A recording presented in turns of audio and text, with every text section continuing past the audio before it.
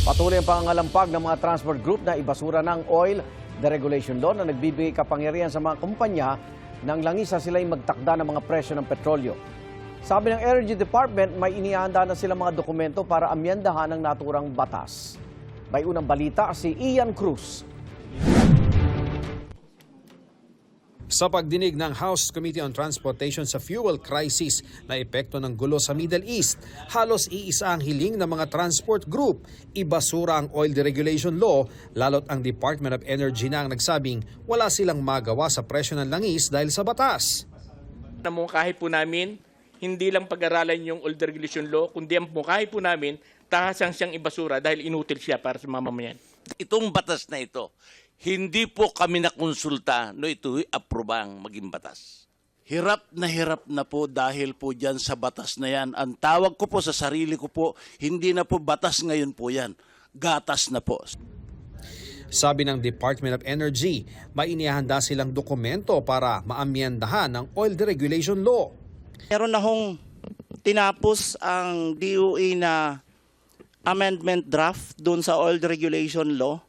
Finalizing it now, and soon we will be submitting it to Congress for amendment. So, for the proposed amendment. Nang tanungin ng GMA News ang DOE para sa mga detalye, tumanggi ito dahil di raw otorisado si Director Rino Abad na isa publiko ito. Ang Oil Deregulation Law ay pinasa noong 1998 kung saan hinahayaan ang mga kumpanya ng langis ang magtakda ng kanilang presyo. Layo nitong mapababa ang presyo ng gasolina dahil magkakaroon ng kompetisyon sa mga oil industry players.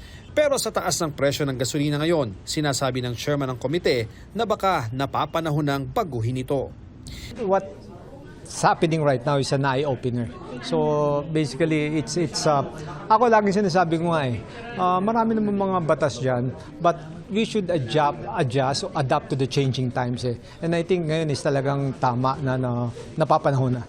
Si Quezon City Representative Bong Suntay inusisa ang Department of Finance kung bakit sa LPG at kerosene lang inalis sa excise tax sa loob ng 3 buwan.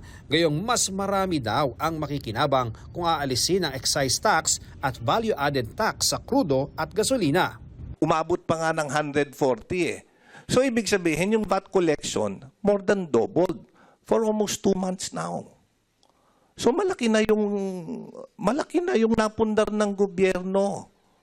So why not give a temporary reprieve sa mga tao like what other countries did? We take note of the recommendations of the Honorable Congressman.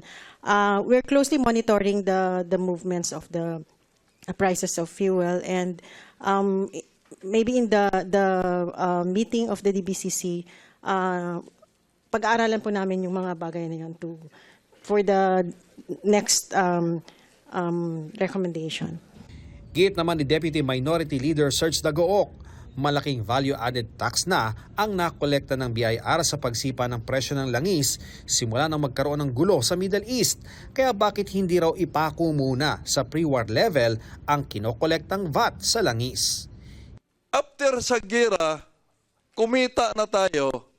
Ngayon, halimbawa, nasa 90 pesos pa tayo. So yung 90 pesos minus 55, 55 lang ang patawa natin ng VAT. Ang ibig kong sabihin, ang isuspend lang natin na koleksyon ng VAT, yung increase ng fuel cost per liter. We will relay your recommendation to our principals for further study. Ito ang unang balita. Ian Cruz, GMA News.